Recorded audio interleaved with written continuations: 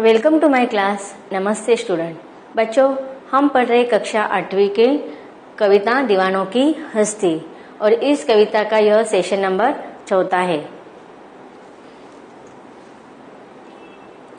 इसके पहले काव्यांश में हमने पढ़ा था कि कवि भगवती चरण वर्मा इन्होंने अपने भावों को व्यक्त करते हुए कहा था कि जब वह असहाय लोगों के बीच में जाते हैं और उनके दुख को दूर करने की कोशिश करते हैं, तब क्या होता है कि जब वो उनकी बातें सुनते हैं तो वह अपना मन हल्का होने के कारण उनके दुखों को कोई तो बांटने वाला आया, इस भावना से वह कभी हंसने लगते हैं तो कभी रोने लगते हैं।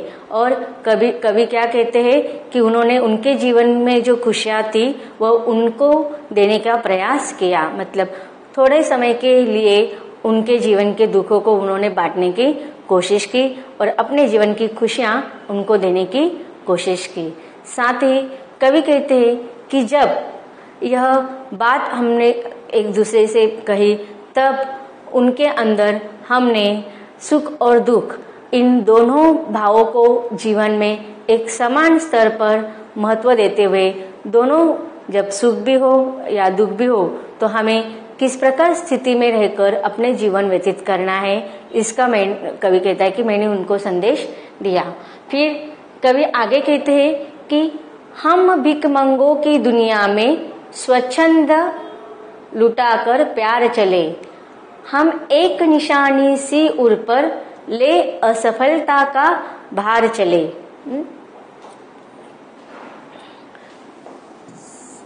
स्वच्छंद शब्द हम इस प्रकार भी लिख सकते हैं, च भी लिख सकते हैं। स्वच्छंद का अर्थ होता है मुक्त होना,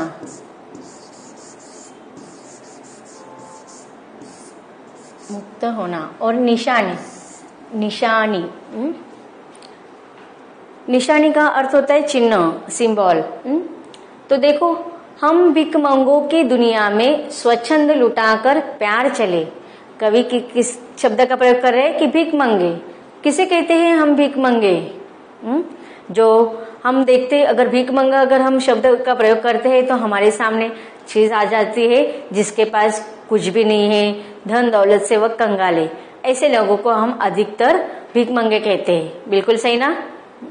नहीं, लेकिन कवि यहाँ पर भीख मंगा किसे कह रहा है कि जिसके पास सब कुछ है लेकिन फिर भी वह किस प्रकार से अपने जीवन के सुखों को नजरअंदाज करके सिर्फ टेंशन से जीवन बिताता है, ऐसे लोगों को। या कवि कहते हैं कि जब हम कभी किसी को सहायता करते हैं, दूसरों को सहायता करने के बावजूद भी क्या हो जाता है कभी कभी कि सामने वाला व्यक्ति क्या करता है, हमें उतना रिस्पांस नहीं देता है, तब कवि बहुत निराश हो जाता है। तो यहाँ पर कवि कहता है कि जब मैं ऐसे जब मैं असहाय लोगों के बीच में जाता हूँ और उनको कुछ देने का प्रयास करता हूँ तो मैं उनसे सिर्फ खुशी की अपेक्षा करता हूँ, लेकिन इतने उनको समझाने के बावजूद, उनको उनके दुखों को, दर्द को उनको उनसे बाहर निकालने की कोशिश करने के बावजूद भी वो क्या करते हैं, अपने दुख का रोना गाते ही बैठते हैं, अपने दुख से वह दूर होना ही नहीं चाहते। तो देखो, जिस प्रकार कभी कभी क्या होता है, एक मैं यहाँ पर आपको उदाहरण देती हूँ कि एक लड़का था, वो क्या करता है, एक बार ऐसे जंगल में जाता है, उसके साथ 2-3 दोस्त थे। तो जैसे ही वो जा रहे थे तो उन्होंने क्या किया, एक मस्ती में उस लड़के ने क्या किया, उस पेड़ को पकड़ रखा, एक पेड़ को, और फिर वो अपने दोस्तों के कहने लगा कि देखो देखो, ये पेड़ मुझे छोड़ नहीं रहा है। तो इसके ऊपर दोस्त उसके हंसने लगे और कहने लगे कि पेड़ तुझे कैसे छोड़ेगा, क्योंकि पेड़ को तूने नहीं पकड़ा है, पेड़ ने तुझे नहीं पकड़ा है, पेड़ को तुमने पकड़ा है। तो तू जब पेड़ को छोड़ेगा पकड़ने से, तब वह तू अपने आप उससे दूर हो जाएगा। तो उसी प्रकार हमारे जीवन में दुख, संकट, आपत्ति इतनी बड़ी नहीं होती, लेकिन हम क्या करते, उस दुख को इतना बड़ा चढ़ा के उसको पकड़ के रखते कि वह सर्वसामान्य दुख भी बहुत बड़ा लगने लगता है। लेकिन कवि कहते हैं कि उस दुख को पकड़ने के बजाय हमें क्या करना है, उससे बाहर निकलने की कोशिश करना है। जब तक हम उस दुख से बाहर निकलने की कोशिश नहीं करेंगे तब तक उस चीज को हम भूल नहीं सकते या उसके आगे बढ़ने के हमें दिशा नहीं मिल सकती। तो लेकिन कवि यही कहना चाहते हैं कि ऐसे असहाय लोगों को हमने इतना समझाने के बाद, इतनी खुशियां देने के, अपने जीवन की सारी खुशियां देने के बाद, सारे आशावादी दृष्टिकोण देने के बावजूद भी वह अपने निराश भरे स्वर से बाहर निकलना ही नहीं चाहते। तो ऐसे लोगों को कवि कहते हैं कि भीख मंगे, कि यही सारा संसार कैसा है, ऐसा ही है। जितना भी हम अच्छा दे वो कभी अच्छा ही नहीं लेते, लेकिन हम क्या करते हैं, लोगों की बुरी चीजों को ही हम पकड़ लेते हैं और अच्छी चीजों को हम नजर अंदाज करते हैं। तो कवि यही कहते हैं कि अपने अंदर की सारी चीजें देने के बावजूद, खुशियां देने के बावजूद भी वह लोग क्या कर रहे हैं, उस दुख से बाहर निकलने का प्रयास ही नहीं कर रहे हैं। तो देखो, हम भिखमंगों की दुनिया में स्वच्छंद लुटाकर प्यार चले, मतलब मैंने इतना उनको प्यार दिया, इतना प्रेम दिया, लेकिन उसके बदले में मुझे क्या मिला? इतना समझाने के बावजूद भी मैं उसमें सफल नहीं हो पाया, उनको उनके उस दुख से बाहर नहीं निकल पाया। तो कवि कहते हैं कि इसमें मैं, इन सारी चीजों में मैं असफल रहा। तो देखो, कवि ने तो बहुत सारा प्रयत्न किया था, लेकिन वही लोग ऐसे हैं कि अपने दुखों से बाहर निकलना नहीं चाहते। तो कवि कहते हैं कि कवि यहाँ पर एक अपेक्षा रखते हैं कि जब मैंने उनको कुछ अच्छी चीजें दी है तो मैंने उनको कुछ देने के बाद उनका रिजल्ट भी मुझे अच्छा ही आना चाहिए। तो इस प्रकार उनका रिस्पांस न मिलने के कारण कवि कहता है कि मैं यहाँ पर असफल हो गया, और वह असफलता की निशानी मेरे मन में ठोस कर मैं अभी आगे बढ़ रहा हूँ। हम एक निशानी सी उर पर, उर मतलब मन या हृदय, उर का अर्थ होता है मन या हृदय। तो हम एक निशानी से उर पर ले असफलता का भार ले चले। तो कवि कहते हैं कि इतनी प्रयत्न करने के बावजूद भी हम उन चीजों में सफल नहीं हो पाए, और इसलिए एक प्रकार का असफलता का बोझ अपने मन पर, उस चिन्हों को अपने मन पर लेकर हम चल रहे हैं, और उस असफलता का चिन्हों को हम अपने मन के बाहर निकालने की कोशिश कर रहे हैं, लेकिन वह चीज हमें क्या कर रही है, वह भार रूपी मुझे लग रहा है।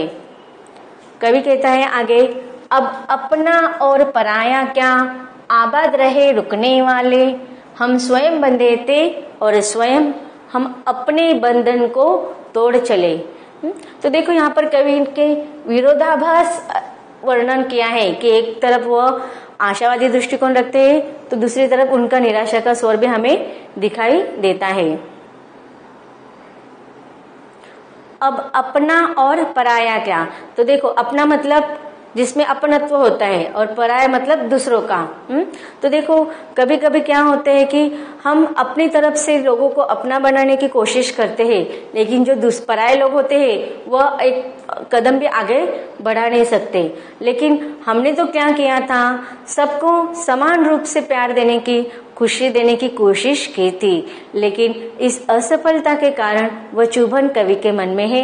इसलिए कवि कहता है कि वहां पर थोड़ा निराशा का स्वर दिखाई देता है, और प्रश्न पूछते हुए कवि कहता है कि अब अपना और पराया क्या, मुझे सब एक समान भाव से दिखाई देते हैं, मैं किसी को अपना और पराया ऐसा भेदभाव नहीं करता, लेकिन जो मैं खुशियां बांटने का कार्य कर रहा हूँ वो उसमें मैं आगे बढ़ने ही वाला हूँ, मैं वहां पर रुकने वाला नहीं हूँ। और कवि आगे कहते हैं कि आबाद रहे रुकने वाले, आबाद रहे मतलब खुश रहे।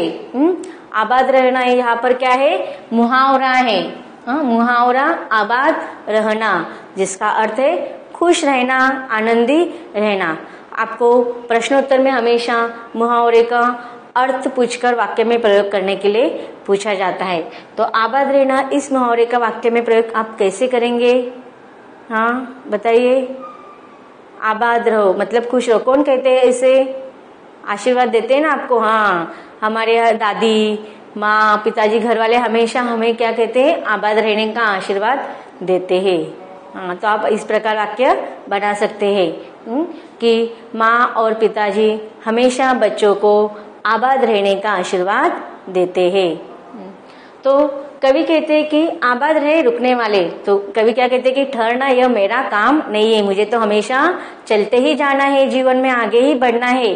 लेकिन जो लोग अपने दुखों को पकड़कर खुशियों से दूर भागकर एक जगह पर रुकना चाहते हैं, ऐसे लोगों के लिए भी कवि क्या करे कि वह आबाद रहे, वह अपने दुखों को लेकर वहां पर जीवन बिताने के लिए खुश रहे। कभी कभी हम दुखों में ही आनंद मानते हैं, तो यहाँ पर कवि कहते हैं कि ऐसे लोगों को भी आशीर्वाद देते हुए कहते हैं कि रुकने वाले लोगों को वह आबाद रहे।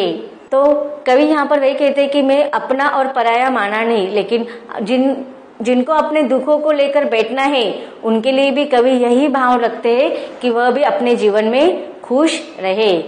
हम स्वयं बंधे थे और स्वयं हम अपने बंधन तोड़ चले।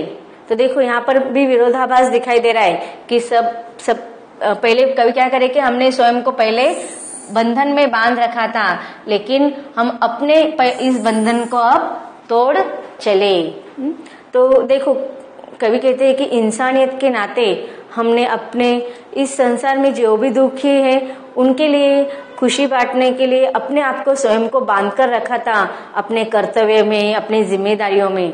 लेकिन अब क्या हो रहा है, कवि आगे बढ़ रहे कि अब हम इस बंधन से अपने आप को मुक्त करें, अपने आप को उस बंधन को तोड़कर आगे बढ़ रहे हैं। मतलब यहाँ पर कवि यही कहना चाहते हैं कि जब हम रिश्तेदारियों में या अपने पराये में जब हम बंध कर रहते हैं तो कभी कभी क्या होता है कि जीवन में आगे बढ़ना मुश्किल हो जाता है। लेकिन अगर हमें जीवन में आगे बढ़ना है तो कभी कभी जो बंधन हम पर लगा होते हैं उस बंधन को तोड़कर हमें आगे बढ़ना है। तो यही सारी बातें कवि यहाँ पर हमें इस छोटी सी कविता के द्वारा हमें बहुत सारी बातें सिखाकर आगे संदेश देते हैं कि मनुष्य को लगातार अपने जीवन में आगे बढ़ना है और खुशियों से जीवन व्यतीत करते हुए अपनी खुशियां दूसरों को बांटना है। कहते ना हम लोग कि अगर हम किसी के दुख को अगर हम दूर नहीं कर सकते या किसी को अगर हम खुश नहीं दे सकते तो उनको दुख भी नहीं देना चाहिए। लेकिन क्यों, हमें तो सबको खुशियां ही देनी है, तभी तो हमारा जीवन मानव रूपी जीवन सफल हो पाएगा। तो बच्चों, जो काव्यांश के भाग हमने इस भाग में पढ़े उस काव्यांश के पहले काव्यांश का हम संदर्भ और व्याख्या देखते हैं। हम भिखमंगों की दुनिया में स्वच्छंद लुटाकर प्यार चले, हम एक निशानी सी उर पर ले असफलता का भार चले। इस काव्यांश का प्रसंग देखते हैं। प्रसंग सेम है, कविता का नाम लिख दो, कवि का नाम लिख दो और कवि इस कविता के माध्यम से क्या कहना चाहते हैं ये लिख दो। उसके बाद उस काव्यांश का व्याख्या देखते हैं।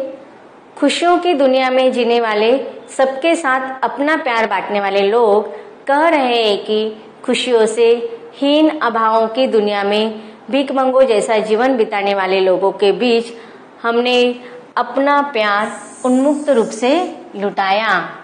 अपना प्यार यूं लुटाने, खुशियां बांटने के बाद भी हम उनके मतलब उन भिखमंगों के अभावग्रस्त जीवन को पूरी तरह खुशहाल नहीं बना सके। उनके जीवन को अपने जीवन जैसा मस्ती से भरपूर नहीं बना सके। इस असफलता को हमने भार मानकर एक अमिट निशानी के रूप में अपने हृदय पर अंकित कर लिया है। अर्थात यह असफलता हमें दुखद लग रही है। अब उस काव्यांश में आए हुए कुछ विशेष देखते हैं। भाषा कैसी है, सरल है और बोलचाल के शब्दों का प्रयोग किया गया है। उसके साथ साथ इस काव्यांश से हमें कवि संदेश देना चाहता है कि हीन दीन लोग भी खुशियों के हकदार होते हैं, हमें उनका जीवन खुशहाल बनाने का प्रयास करना चाहिए। यह संदेश इन पंक्तियों में निहित है। साथ साथ निशानी सी उर पर यह उपमा इस काव्यांश के विशेष कुछ इस प्रकार है। भाषा कैसी है? सरल है और बोलचाल के शब्दों से युक्त है तथा कवि इस काव्यांश से हमें संदेश देना चाहते हैं कि दीनहीन लोग भी खुशियों के हकदार हैं। हमें उनका भी जीवन खुशहाल बनाने का प्रयास करना चाहिए।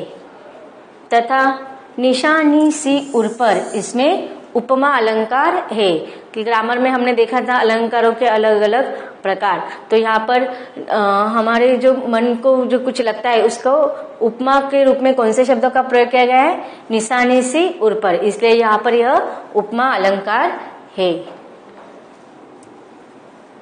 अब जो काव्यांश हमने इस भाग में पढ़ा था उसका दूसरा स्टांजा, अब अपना और पराया क्या, आबाद रहे रुकने वाले, हम स्वयं बंधे थे और स्वयं हम अपने बंधन तोड़ चले। इस काव्यांश का प्रसंग भी सेम रहेगा कि इस काव्य की पंक्तियां हमारी पाठ्य पुस्तक वसंत भाग 3 से ली गई है और कविता का नाम है दीवानों की हस्ती और इस कविता के रचयिता है भगवती चरण वर्मा। और इस कविता में कवि ने मौज मस्ती की दुनिया में खोए वाले रहने का कार्य व्यवहार का वर्णन किया है। देखो कभी कभी आप इन पंक्तियों में बदलाव भी ला सकते हैं कि इस काव्यांश में कवि ने इस प्रकार हमें यह बात कहने की कोशिश की है और फिर आगे हम व्याख्या लिख देंगे। अब देखते हैं उस काव्यांश का व्याख्या क्या है। वे आगे बताते हैं कि हमारे लिए कोई अपना या पराया नहीं है, हम सभी को एक भाव से देखते हैं। हम अपने परायेपन की भावना से ऊपर उठ चुके हैं। हमारा जीवन तो यूं चलते फिरते बीत जाएगा। हमारी अभिलाषा है कि जहां रुककर जीवन व्यतीत कर रहा है वह वहां पर हंसता और फलता फूलता रहे। इसके लिए हमने क्या किया था? एक मुहावरे का प्रयोग किया था। कौन सा था वो? आबाद रहना। Very good. आगे व्याख्या कंटिन्यू है। उनका जीवन खुशियों से भरपूर हो। हमने अपने लिए ये बंधन स्वयं बनाए थे और अब हम इन बंधनों को तोड़कर हम प्रस्थान कर रहे हैं, जिससे अन्यत्र रहने वाले लोगों को मस्ती और खुशियों का संदेश देते हुए उनके जीवन में खुशियां भर सके। इस काव्यांश की विशेषता देखते हैं कि काव्यांश में प्रश्नवाचक शैली का, देखो हमने देखी थी जो काव्यांश के पंक्तियां थी उसमें प्रश्न चिन्ह दिया हुआ था। कवि के मन में प्रश्न आते हैं, कोई दूसरे उनको प्रश्न पूछते हैं, तो जब ऐसे प्रश्नवाचक काव्यांश की पंक्तियां होती है तो उसे हम कहते हैं प्रश्नवाचक शैली। तो काव्यांश की शुरुआत में ही कवि ने प्रश्नवाचक शैली से किया था। उसके बाद पंक्तियों की भाषा सरल है और बोलचाल के शब्दों का प्रयोग किया गया है तथा तत्सम शब्दों का भी तुकांत युक्त शब्द किए गए हैं और आबाद रहना इसमें मुहावरे का सुंदर प्रयोग किया गया है। अब देखो, अब अपना और पराया क्या, इसमें अनुप्रास आबाद रहना इस मुहावरे का प्रयोग किया गया है। और अब देखो, अब अपना और पराया क्या, इसमें अनुप्रास अलंकार का प्रयोग किया गया है। शब्दार्थ है स्वच्छंद मुक्त रूप से, निशानी निशानी पहचान चिन्ह, उर हृदय, पराया दूसरों का, आबाद रहना हंसी खुशी जीवन बिताना। प्रश्नोत्तर में देखते हैं। पहला प्रश्न है, भिखमंगों की दुनिया में बेरोक प्यार लूटने वाले कवि ऐसा क्यों कहता है कि वह अपने हृदय पर असफलता का एक निशान भार की तरह लेकर जा रहा है? क्या वह निराश है या प्रसन्न? आगे कविता के प्रश्न का उत्तर देते हुए देखते हैं। यहाँ भिखमंगों की दुनिया से कवि का आशय है कि यह दुनिया केवल लेना जानती है, देना नहीं। कवि ने भी इस दुनिया को प्यार दिया पर इसके बदले में वह प्यार नहीं मिला जिसकी कवि आशा करता है। कवि के लिए यह उसकी असफलता है, इसलिए वह अपने हृदय पर असफलता का एक निशान भार की तरह लेकर जा रहा है। अतः कवि निराश है। वह समझता है कि प्यार और खुशियां लोगों के जीवन में भरने में वह असफल रहा।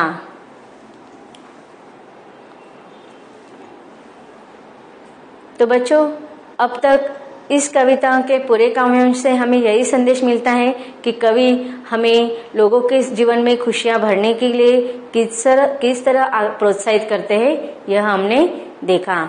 तो यहीं पर हमारी ये कविता खत्म होती है।